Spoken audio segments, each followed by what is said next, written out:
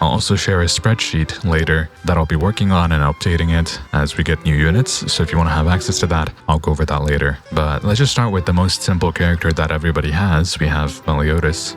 Now, I know most of you guys watching probably know how to build Meliodas by now. You've probably seen countless videos, but I'm just going to explain the concept behind how to get to that build. Like, how did Zach or Cost, who's like one of the top Meliodases, how did he get there, right? And how does anybody else that makes videos get there? Now, first thing to understand, potentials. Yeah, you don't even have to understand his skills first. First, you have to understand what the potentials do, and then you go to the skills. So let's take a look here. Potential 5 decreases the passive effects, burst, duration, reduction. So this means, just from this alone, you can tell that the duration of the darkness burst is reduced through somewhere, right? Something that he uses reduces the burst duration. Additionally, increases the normal skill cooldown reduction by 15%. Okay, so it says additionally, and that means he already has skill cooldown in his kit. And then the special attack grants him 1 haste additionally, so we know that he gets haste. Without even looking at the skill, we know that this potential is very important. Now, this already gives you a pretty good idea of what you're looking for. You're looking for this special attack, which now if we go in here,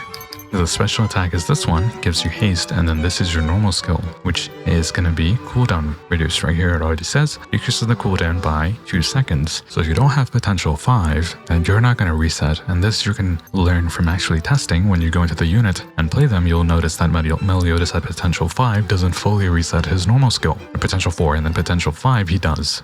And the special attack isn't really there for damage, even though you can spam this over and over again. This is here for the Speedmaster, which is his passive, and then the darkness attack is increased by 15%. So if you take a look here, this is what eats his darkness burst. So you go to the potential, it told us that the duration reduction is reduced by 25%. So the Speedmaster eats up Meliodas' darkness burst when you land a normal skill. And with this, we understand we have to keep landing normal skills. But as we do that, we're going to run out of burst faster than usual compared to other elements. And you want to have multiple haste stacks because it says decreases the cooldown by 2 seconds for every 1 haste stack. So you can get up to 2.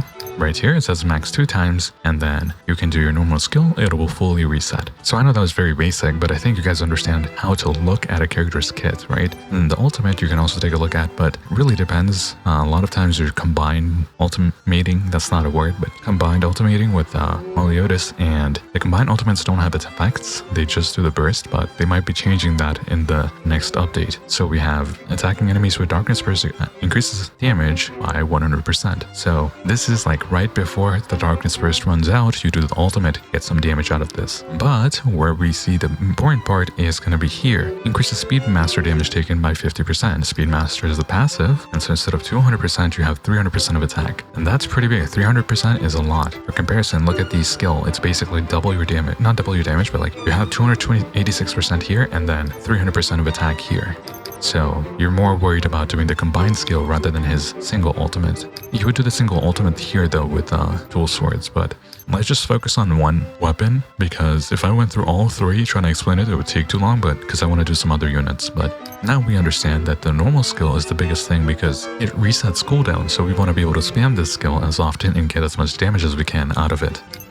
Now let's go over to the enchant of the weapon. So now that we know that the normal skill is going to be the big hitter, we have a passive. So for gluttonous weapons, obviously you have a passive that is suited to that weapon. Each normal skill used increases damage, darkness damage by 13.5%, up to 40%. So that's really good. And if you have additional darkness damage here, you're doing a lot more damage. As you can see, I don't, but I'll go over that in a second. And using the normal skill within 5 seconds on an enemy bursted with gauge, you increase your ultimate move damage. This passive is pretty much useless, honestly, because again, with the longsword Meliodas, you're trying to do combined ultimates, not regular ultimates. So the next thing to look at is the weapon substats. As you can see here, it gives us 3500 darkness attack, and this is going to be important for later. And then this was newly added, the 10% darkness regular attack percent. So the first 2 skills, or the first 2 enchants, one of 2, you want darkness damage increase or normal skill damage increase, because every piece of damage that he does is basically considered darkness damage because it's all darkness, it's always purple, right? And so you can't really go wrong with either, you just have to have at least 1 on there. 2 of them together is ideal, so you want to have darkness damage and normal skill damage, and then darkness attack is going to be like the 3rd stat if you have enough crit damage, but we'll go through that. So as you can see here, we have 3500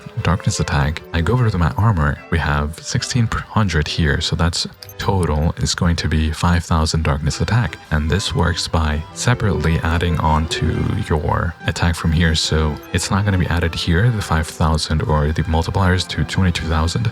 It has its own damage calculation. Don't ask me how it works because I really don't know. But when you're using weapons with darkness or elemental attack as a substat, you want to have an enchant that increases that elemental attack. So if you didn't have this, so if this was like this, Black Flame, you don't have an elemental attack, so you don't need darkness attack as an enchant. You still get some from here, but you can see it's only half of the gluttonous weapon, right? Here you get 3,400 and there you only get 1,700. So for the gluttonous weapons, you want to get that elemental attack as well as the elemental damage. Now, crit chance is a lot easier to make up through your gear than crit damage. So usually you want to get crit damage on most of your weapons on the enchant. And because every unit can crit so far, every unit is going to benefit from having critical damage. So that's how you want to build your weapons. Usually it's going to be the skill that they focus on. So I'll go over Merlin and Escanor after. Their elemental damage type, especially in the gluttonous weapon, and the elemental attack type, and then some crit damage. Cooldown reduction is here completely wasted because he automatically resets all his cooldowns. But if you have potential 4, then you would want cooldown reduction because, again, I told you the potential 5, this does not give you that normal skill cooldown reduction. So you're going to need the additional cooldown reduction from somewhere else. So that's something you have to keep in mind. That's why I just wanted to take a moment to shout out my channel members here on YouTube that have decided to support me. If you want to join my Discord server, the link will be in the description. If you enjoy gacha games in general, I would say consider joining. Also, if you want to support me further, you can join the channel, or a simple subscribe would be really appreciated. Other than that, let's get back into the video. Alright, so that's basically to do with understanding his skills and his weapon and what you want to do with it. The gluttonous weapons always are going to have, almost always actually, are going to have a second passive that you want to unlock using the limit breaks. So as you can see, 3-starred limit break, but if I had here, you don't see that second passive. So just check that the weapon has a second passive with the limit break and limit break them. Now moving on to armor, like I said, with crit chance you can make it up pretty easily through armor, but you can't make up as much crit damage because let's take a look at his armor here. You have cooldown reduction. Again, this is not really necessary once you're at potential 5, and then you have the darkness attack. This you have no control over. Whatever the game gives you, you take it. Engraving bonus here though, buff duration efficiency is not bad. I'll talk about more later. We'll talk about that later. The attack increase is one of probably the best enchants you can get for any unit. So I think this might go up to 7.5 or 8%. And then you're looking for, especially in this case for Meliodas, you would be looking for crit damage because again, he is going to be critting pretty often with like buffs and debuffs on the enemy, and his haste is considered a buff. So if you do get buff duration efficiency, it's not a problem because you'll have haste uptime and you don't have to worry about messing it up, because if you don't have haste and you do the normal skill, it's not going to reset. And then here again, it would just want some crit damage here, or crit chance depending on how much you have. So if I take a look at mine, it's probably going to be pretty low. So 50% is pretty good. You're looking for usually 60% on most units, and that's enough because after buffs and stuff you can get to 80, 90, 100% critical rate. But a lot of it's coming from here. So 7% here, and then this passive gives me 5%, and then I have a 5% ring. So that's also how I have so much attack, 23,000 with basically no limit break weapons, right? So an attack ring is pretty good. It's either between this or like crit damage, but I personally like attack because everything is factored off of attack. But Escanor, who uses sword and shield and deals damage based off defense, would have nothing to do with this. So in that case, he would be using crit damage. Now, you also have to understand how the gear pieces work. So if I take a look at these pieces, you'll notice a lot of them have just main 1 stat, okay? So these have all 1 stat. But the unique pieces in the game, they have 2 stats, and the chance-based bonus is always fixed. So you can't get anything different from here. The only thing that's different is going to be the percentages. So you have 4% here, but you have 6.7 or 6.6% here, but then 7.5. That's basically max percentage here. That's again, it's giving me 8% here. If I upgrade this to a level 5, if I show you here, I think I have a level 5. This gives me just like a little bit. So you don't even have to upgrade this piece. You can just leave it. The chance-based bonus is what's important. And then you want to make sure your passive on the weapon is something that you do want. So if here we have crit chance by 4%, that's good. And then if you're past 50% crit damage, which crit chance, which we are, you get some additional crit damage. That's higher on a level 3, 8% crit damage, and then 8% crit chance. Now, units that don't have 50% crit chance, this is a good way to actually get some additional crit chance in there. Like Merlin, it's at 40%. So this would give me additional 8%. And then again, we were looking for normal skill damage. Here you can see we have a 15% enchants. And then we have 2% here. So the 2% is not that important. You want to, like I said, roll the chance-based bonus as high as you can. And then the passive is kind of useful, but you can see it's not going to be really that often that you trigger this, but it's still good to have. It's mainly here for this chance-based bonus and then the passive substat.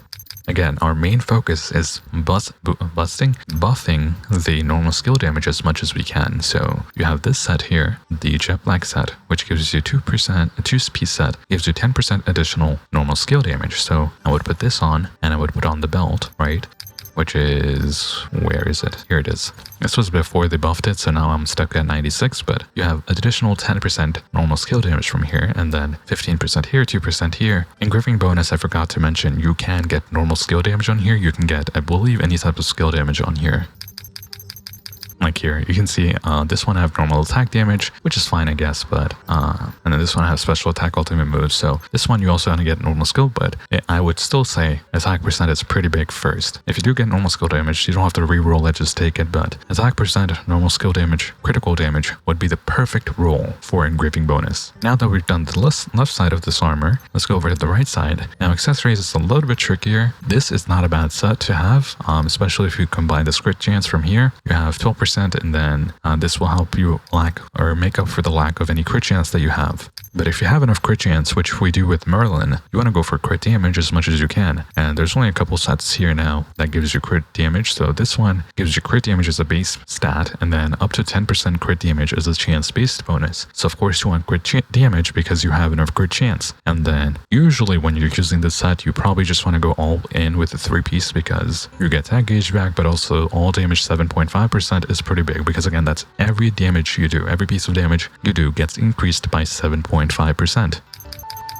Substats that you can usually get on ring are DOT efficiency, elemental attack, so certain elemental attacks, all elemental attack. So as you can see, elemental attacks, and then you can get crit chance, crit damage, some other stuff as well. But yeah, DOT efficiency, I think I said that. You can get defense shatter, which is who knows what it does, but anyway. So those are the substats you can usually get on ring. And like I said, if a unit doesn't do damage based off of attack, then you don't want attack on a chance based bonus. You want like crit damage or whatever they do damage based off of.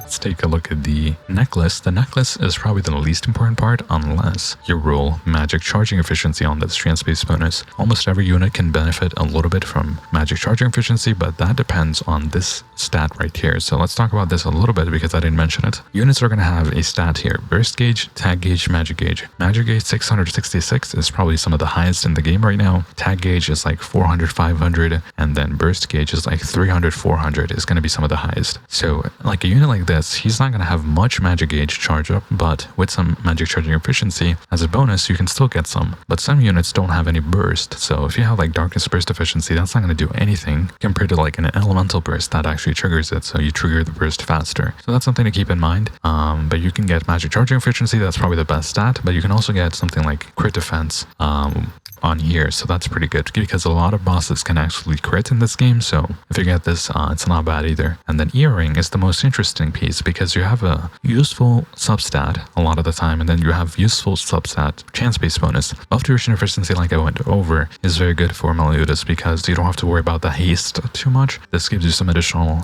leeway to get out more skills in the same haste duration. The magic charging efficiency, like I said, it's always good to have because you can do more combined ultimates, but you can see you can get debuff duration efficiency on this one, but the chance-based bonus is fixed, so you can't get something else. And then here it's like HP increase, that's pretty big as well. 3% HP increase is a lot, especially when you upgrade it, but yeah, magic charging efficiency and buff duration efficiency are some of the best stats on here, depending on the unit. Also burst efficiency, so you can see this one is earth burst efficiency. So if you can get a piece like this, the crafted set, and here you get like all burst efficiency, that would be insane. But depending on the unit, if you get like fire burst efficiency or ice burst efficiency, that would be perfect as well. So that's what you're looking for the earring.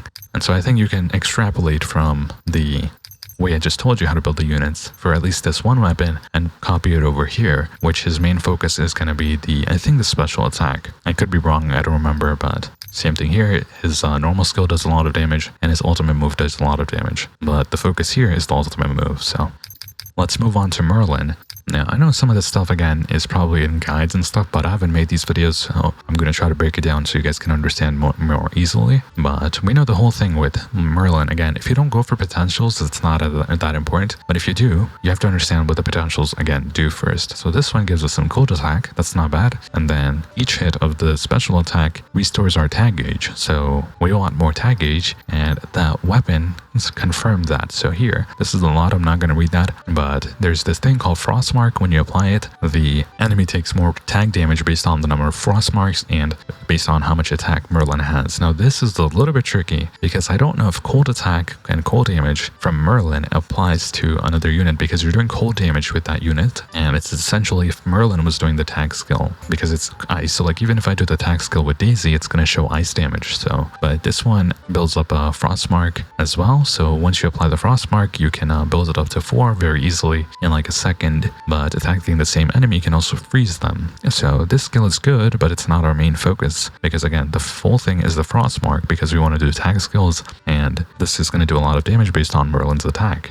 So if you take a look at the skill numbers here, gauge charge, you can see all of them are pretty low, so there's no point focusing on these. You want to go for like pure damage. Like tag gauge here is pretty good, but if I show you Manny's dual swords, you can see you get 355 tag gauge here, 758 tag gauge here. So that's nothing, or that's like insane compared to Merlin's 60 and only 200, right? So that's, again, just make sure you're looking at these stats when you're building units, because sometimes they'll be pretty important. But the normal skills, it's the same thing. This one, even if you're off field, will still build Frostmark, but this gives us some more cold attack based off 10% of attack. So you want to have as much attack as you can, and then you want to have as much cold attack as you can.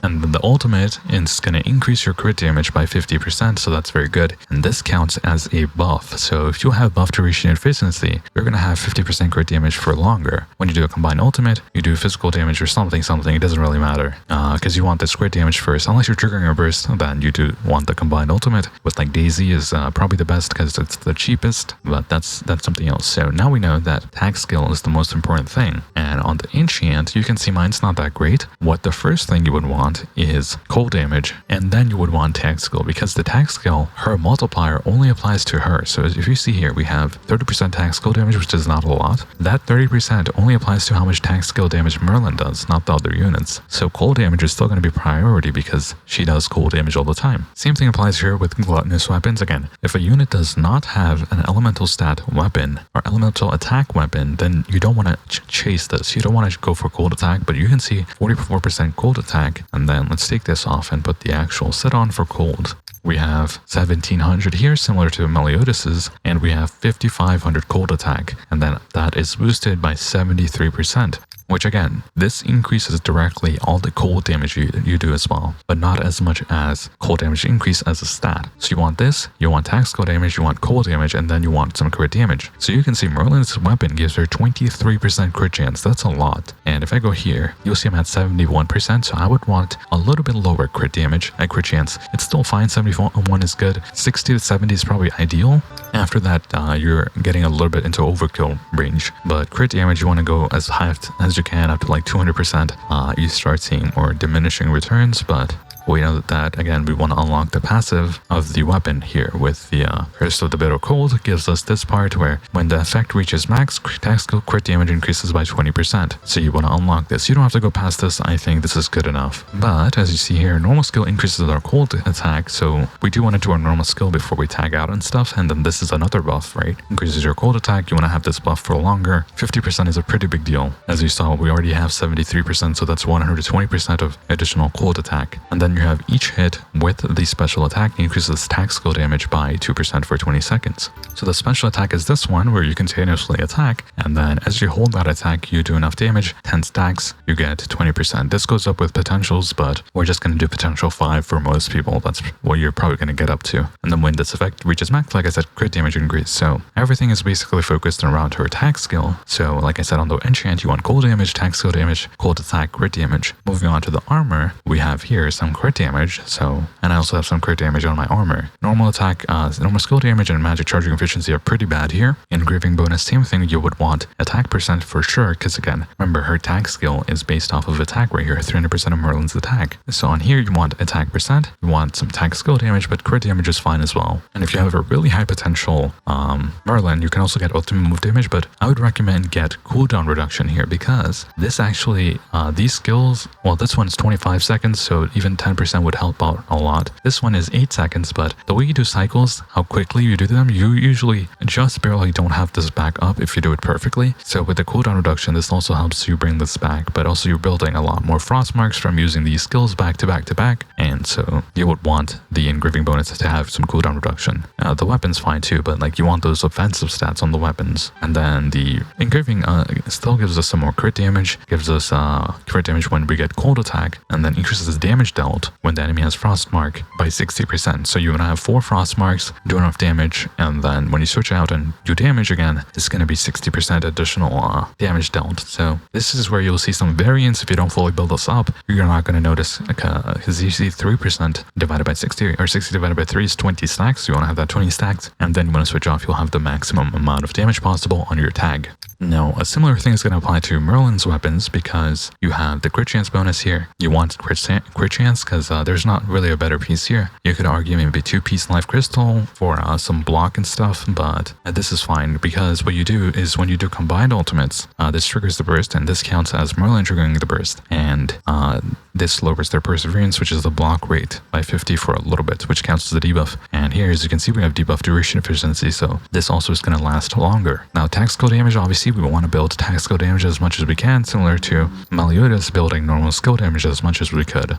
And this piece drops off the dragon. If you're going to get a level 3, you get some more attack damage dealt with the tag skill. The pants and boots, like I said, if you want to use life crystal, that's fine, because life crystal again is going to be on your bursters or enemies that, or units that can trigger burst, will lower the enemy's block rate. And with that, you're less likely to get blocked. Or when you have Pierce. I meant to say when you have Pierce, that's also counteracting their block rate, but with this one, you're already lowering their block rate. So if you want to go overkill, these 2 pieces can, not these 2 pieces, but these 2 top pieces can also be a life crystal, so you can have some additional Pierce, and that way you're almost like much more rarely likely to get blocked. And then here, this was for my fire build, but it's not necessary. This earring is pretty good depending on the unit. So Merlin and her team is like a magic battery, so you can trigger her burst pretty often using combined ultimates, but here, that's why what this gives you is lowers the enemy crit defense up to 30%, but it reduces the burst duration every time the effect is triggered, which is every second. So you can have this if you have a level 3 and then you want some additional crit chance, but like you see here, this is also some debuff duration efficiency, similar to this boots right here, so with the 20%. So a unit that also applies debuffs is probably going to be benefiting from this as well, but this usually is going to be a pretty good earring to have if you have it level 3. And then this one, again, for any DPS unit, this is a pretty good set to have. All damage increased by 7.5% is also going to apply to your attack skill damage, so you can use 3 pieces of this if you want to. Same thing, you would want just either attack percent as a chance-based bonus or crit damage as your chance-based bonus. You already saw we have like 75% crit chance, we don't need that. So we want some crit damage or attack. Like this ring is pretty good. You have some defense shatter, which again is whatever, but you have the crit damage here by 10%. I think it goes up to, as you can see, it's half the bar, so up to 20%. That would be pretty nasty. So that's how you understand like another unit skid. We're gonna go over like a healer. So let's do Clotho maybe, because she's new, so a lot of people might have her, or... Alright, actually I'll talk about Tioreh, because probably everybody has her, right? So you want to understand what is the healing set. This is the one that she heals with, and then Clotho's is this book, and then Diane's is the nunchuck. So the similar thing is going to apply to everybody, except Diane heals based off of defense. You don't want attack. But here you can see she restores HP when you do attack skill damage if the HP you have is lower than 30%. So you want attack skill in, heal up from this, and then use your normal skill, which is going to heal you based off of max HP plus her attack. So you want to have max HP as well as you want to have attack in the team. To the team's max HP and then Tioreh's attack. And then this one's not that important because it just gives you defense. If a unit is not defense based, this is not going to really help. But like Escanor is defense based, so you get 15% additional defense enchants for 40 seconds, which is pretty good. But this is what I was talking about. As you can see, we have 666 magic gauge. That's why I chose Tioreh as well over Clotho. This is going to be easier to showcase, but you have the ultimate. It doesn't really do much. It just applies burn, but like she's not there for burn. She's there to heal you. Now here you can see we have the staff. I have attack increase percentage, but I believe the equipment attack gives you more like raw attack here, so I think that's how it works, but I went with this because we have HP increase. Like I said, you want max HP on the team for the healing, right? 0.3% of max HP plus 15% of attack. And then the other two are, I cannot remember right now if you can get magic charging efficiency on the enchant, but if you can, keep that. You can get that on the engraving. Alright, let's just go and check. I don't know why I forgot not to check. Okay, yeah, you can get magic charging efficiency, so that this is something you want, because again, like you saw, 666 magic gauge is a lot. That's the highest we have in the game right now, so you want to increase this as well. Just besides healing, like she can heal, sure, but this is also going to help you do more damage by giving you more orbs, and you can do more combined ultimates. And then she has her dedicated healing set, so does Clotho. This is going to be the healing set, right? It just gives you more buffs, but for her dedicated healing, you have healing efficiency, and then in the engraving bonus, you can get the same thing. You can go for attack percent, magic charging efficiency, and healing efficiency, or HP increase. Again, that's fine, but attack percent is probably going to be very good as well, because you're trying to heal, again, based off of attack. Healing efficiency is increased by 45%. That's really big. And then special attack gives you some tag gauge back. So tag gauge part's not that important. You just want the healing efficiency because you're trying to heal as much as you can. Now, it's a lot easier to build supports or healers. This set is going to be your friend. You have magic charging efficiency. You have magic charging efficiency here, so that's 20%. And then think of the other stuff, the weapon and the engrave set giving you like 20, 20, 40. You're going to be drowning in magic gauge. So especially with like Hauser on nunchucks, that's what I have on right now, because he also gives 666 magic gauge. But this gives you some magic additional as well on 15% with the level 3 when you attack an enemy that has 100% HP. So basically how the blazing weapons work. So this is a very good set. You have at least one of these in every team, but if you want just raw healing, the same thing is going to apply like I do have for Clotho. You can use 4 pieces of this, the life crystal, to get more HP, or you can go 7 pieces, because how it works is the earring has healing efficiency as a substat, and then you can also get healing efficiency as a chance based for earrings, right? So we have healing efficiency here, so 20, 10, and then 10, 40% healing efficiency just based off of this. Now, one thing that Clotho has that Tioreh doesn't is this book, right? It gives you more healing when you're taking when you have a buff that reduces damage taken, but that's not as important. But here again, go for the attack, get as much attack as you can on her, and then here you can use the, again, 7-piece life crystal for all that healing efficiency that you saw, or you can use this set if you have it, which some of you might not have it, but this set gives you additional 15% healing efficiency. And then when you attack an enemy that has elemental resistance lowered, so this you can trigger with like Tristan, you get additional healing efficiency by 15%. If you're using Jericho with Clotho, I believe she reduces ice resistance. I don't remember, but like there are units that reduce certain elemental resistances. So if I take a look at Sword and Shield Escanor on here, reduces fire resistance by 30%. So as you reduce any sort of elemental resistance, like Escanor does with fire resistance, you get some additional healing efficiency. So if you want to do that, you lower the efficiency or burst or whatever resistance, and then come back to Tioreh for the healing efficiency buff that you have now. You heal more, and that's basically how you build healers. But the supports, you want to have that have this set on at least, and then what you can do is have 2 pieces of the Hymn of Refrigeration like these, and then you can put on this ring right here, because this gives you additional 12% magic charging efficiency. So let's say Hauser has the 3rd piece, and then Daisy can have the 2-piece Hymn of Regeneration on here, and then you can put on this one for 13% magic gauge. So that's how you like constantly keep farming your combined ultimates. That's how like top players do it.